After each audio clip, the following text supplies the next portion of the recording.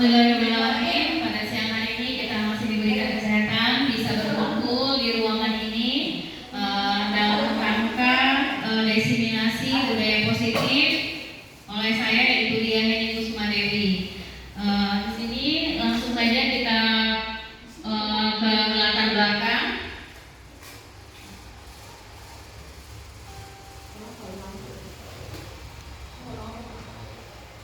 Jadi di sini latar belakangnya yaitu Ki Hajar Dewantara menjelaskan bahwa tujuan pendidikan yaitu menuntun segala kodrat yang ada pada anak-anak agar mereka dapat mencapai keselamatan dan kebahagiaan yang setinggi-tingginya, baik sebagai manusia maupun sebagai anggota masyarakat. Salah satunya dengan menciptakan budaya positif. Budaya positif ini dapat dibangun melalui disiplin positif. Budaya positif dapat dibangun melalui disiplin positif. Terus ada lagi juga dengan keyakinan kelas, segitiga eksekusi di sekolah. Kalau keyakinan kelas ini dibangun bersama peserta didik dengan guru yang berpihak pada murid. Jadi semua warga sekolah saling bekerja sama untuk menciptakan budaya positif di sekolah. Selanjutnya, tujuan dari budaya positif. Yang pertama yaitu meningkatkan rasa percaya diri dan keberanian peserta didik dalam berpendapat mengenai keyakinan kelas yang mereka inginkan.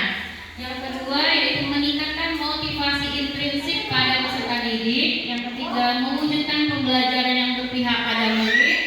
Yang keempat yaitu menumbuhkan budi pekerti seperti tanggung jawab, disiplin, dan komitmen. Yang kelima yaitu mengajak peserta didik berdiskusi dalam mencari solusi dalam mendalami suatu masalah. Selanjutnya yaitu yang dimaksud dengan budaya positif. Jadi budaya positif di sini adalah nilai-nilai, keyakinan, dan kebiasaan-kebiasaan di sekolah yang berpihak pada peserta didik agar peserta didik dapat berkembang menjadi pribadi yang kritis, sopan santun, bertanggung jawab sesuai dengan profil pelajar Pancasila.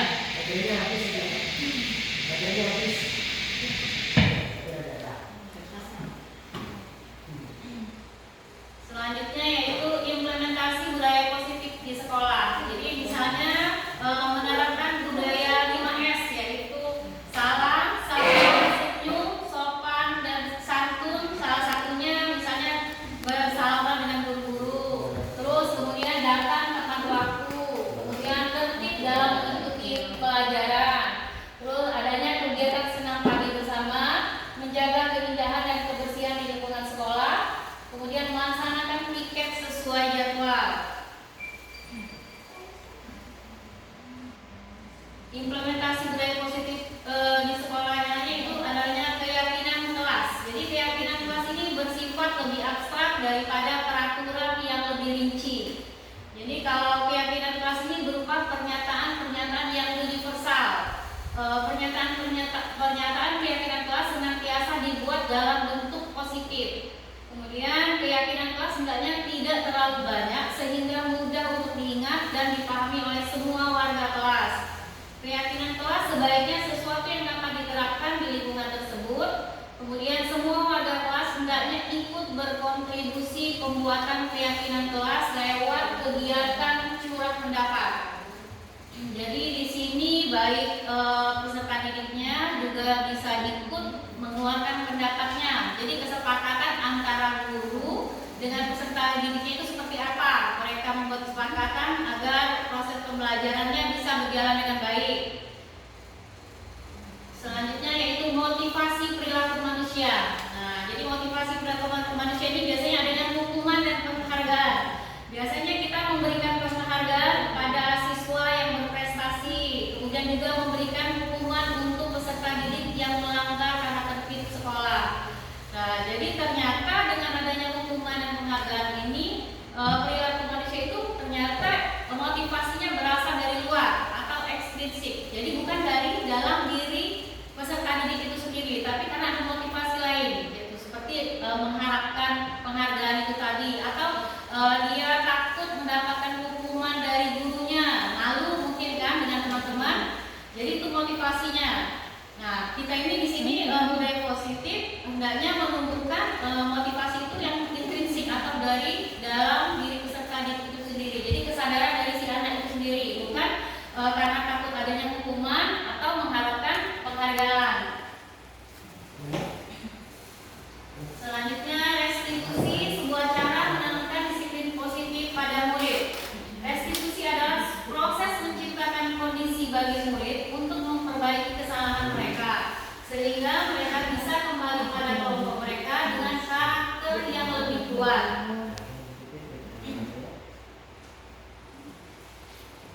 Kemudian restitusi juga adalah proses kolaboratif yang mengajarkan murid untuk mencari solusi suatu masalah dan membantu murid berpikir tentang orang seperti apa yang mereka inginkan dan bagaimana mereka harus memperlakukan orang lain.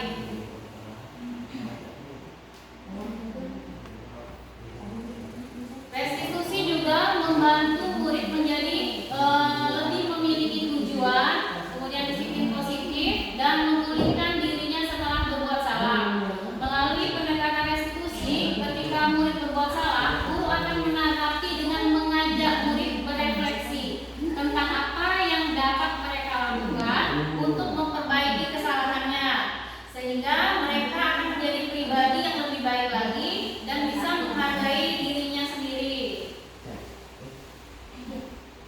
5 posisi kontrol guru terhadap murid. Yang pertama yaitu sebagai penghukum, yang kedua pembuat rasa bersalah, yang ketiga itu teman, yang keempat pemantau, dan yang kelima itu sebagai manajer.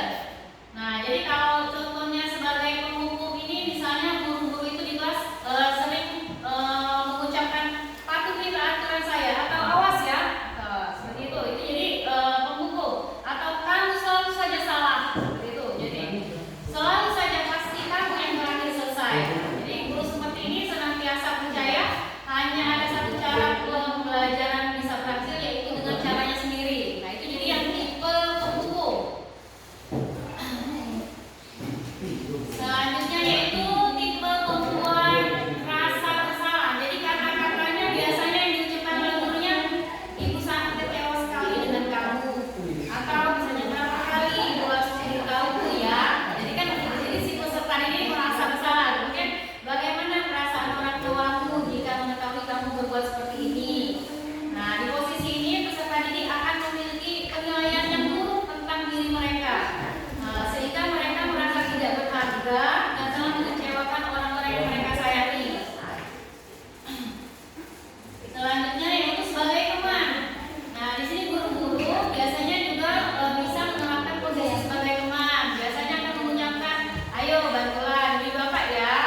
Ya sudah, kali ini tidak apa-apa, nanti ibu bantu membereskannya. Ayo coba ingat lagi, sudah berapa kali ibu bantu. Nah, tapi di sini peserta didik memang merasa senang dan akrab dengan guru untuk dampak positifnya. Tetapi ada sisi negatifnya juga, yaitu biasanya peserta didik menjadi tergantung atau bergantung dengan guru tersebut.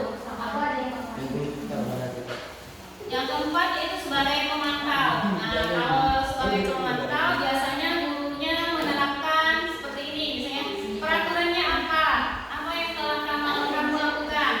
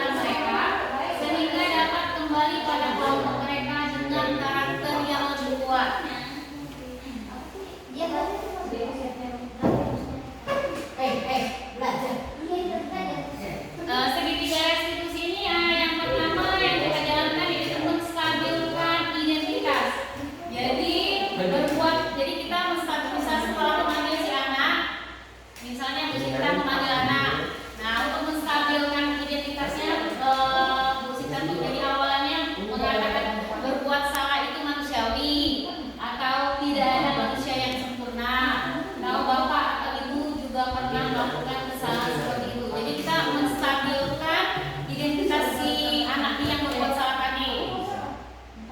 Selanjutnya kita lakukan yaitu yang kedua, validasi tindakan yang salah. Nah, di sini kita mencari tahu latar belakang penyebab dilakukan kesalahan tersebut. Misalnya dengan menanyakan, kamu pasti punya alasan mengapa kamu melakukan hal itu. Padahal kamu bisa melakukan hal yang lebih buruk dari ini ya. Atau kamu patut bangga dengan dirimu sendiri karena kamu sudah melintasi sesuatu yang penting buatmu. Jadi yang pertama tadi menstabilkan identitas, yang kedua validasi tindakan yang salah, yang ketiga yaitu menanyakan keyakinan.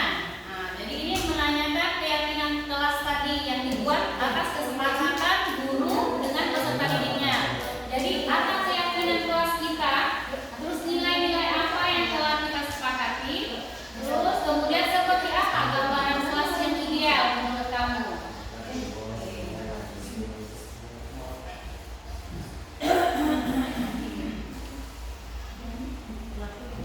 Demikianlah presentasi dari saya.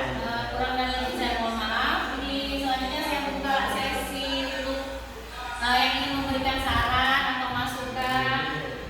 Silakan kepada Bapak dan Ibu.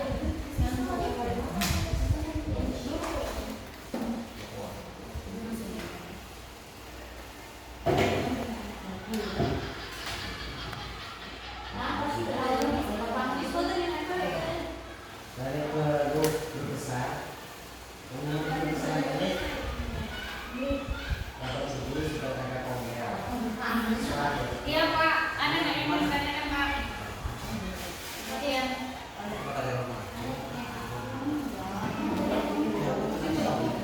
Ya, saya nanya dulu.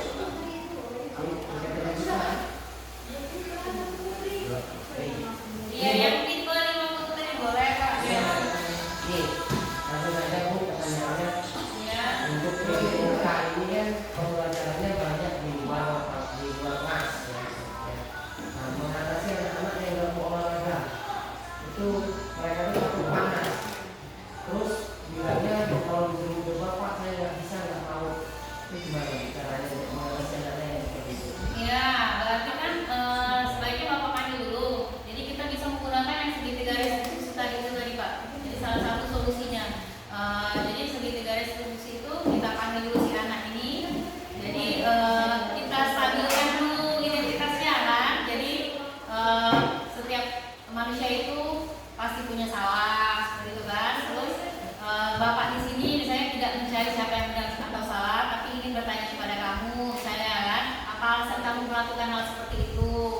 Nah, jadi setelah kita menstabilkan identitas, kita tuh kemudian mencari ini tadi Pak, validasi tindakan yang salah tadi. Alasannya tadi itu bisa saja ada 5 tadi Pak kebutuhan dasar. Misalnya dia kurang kasih sayang di rumahnya, atau orang tuanya bermasalah, jadi dia lebih minta perhatian atau kayak gitu latar belakangnya. Seperti itu. Kemudian setelah jadi kita cari gali dulu alasan si anak ini berbuat seperti itu Pak. Nah setelah itu baru kita nyari solusinya itu bersama, tapi kita kemukakan kepada si anak dulu. Jadi menurut kamu bagaimana tindakan yang akan kamu lakukan untuk memperbaiki hal tersebut. Jadi kita kembalikan kepada si anaknya, bukan kita, tapi kita hanya menyarankan atau menuntun si anak Pak. Tapi untuk solusi penyelesaiannya tetap si anak yang harus konsekuen dengan apa yang akan dijawabnya itu tadi, dengan keyakinan kelas yang misalnya sudah dia langgar Pak. Kasusnya yang cewek ini panas gitu, jadi nggak mau panas-panasan gitu. Jam berapa namanya Pak ini untuk pelajaran? Jam 10. Jam 10 ke atas itu sudah mulai, yang cewek itu sudah mulai alergi panas sudah. Nggak mau belajar gitu. Iya, kalau enggak kan salah satu solusinya coba misalnya di jam pagi, misalnya Pak kayak gitu, misalnya tuh PJOK. Jadi solusinya indoor ya. Begitu. Biasa di indoor. Begitu, boleh sih. Kalau enggak dia dipanggil aja dulu Pak, jadi kita tahu alasan anak ini kenapa, gitu, Pak. Terus dicari solusinya dan harus dari si anak itu. Tadi kita kan buat kesepakatan ini sebelum Jadi misalnya pelajaran PJOK, Bapak sama anak-anak di kelas melakukan kesepakatan dulu buat keyakinan kelas untuk pelajaran PJOK.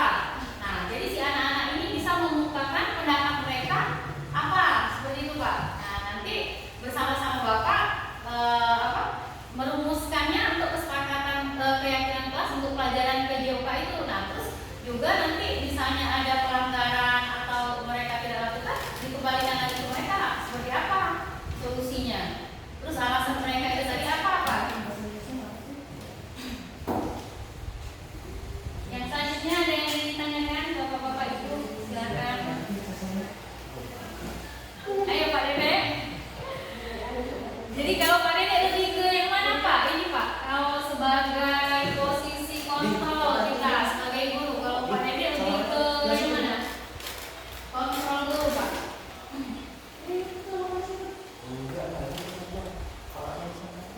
Tadi kan ada 5 posisinya ya Pak. Nah, kalau Pak Dede dalam praktekkan apa ini kan sebagai guru ini ya, bengkel, banyak belakangan seperti itu. Nah, Bapak seperti itu gimana? Belum. Iya ya.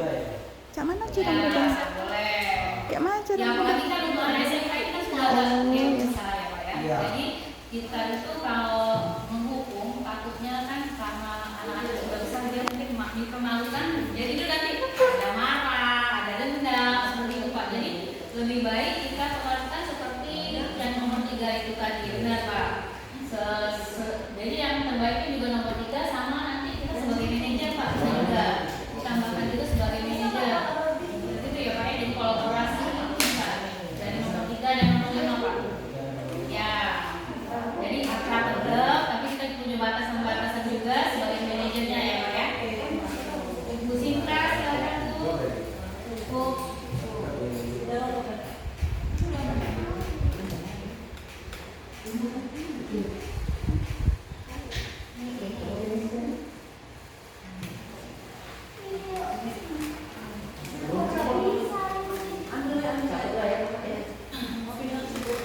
Ya silakan Bapak-bapak atau Ibu yang masih ingin bertanya atau ingin memberikan saran silakan.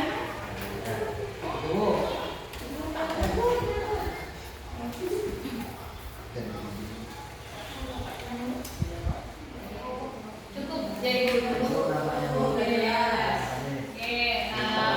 Terima kasih atas waktunya Bapak-bapak dan Ibu yang sudah menghadiri diseminasi budaya positif pada siang hari ini. Kurang dan lebih saya mohon maaf. Saya akhiri dengan wassalamualaikum warahmatullahi wabarakatuh. Waalaikumsalam warahmatullahi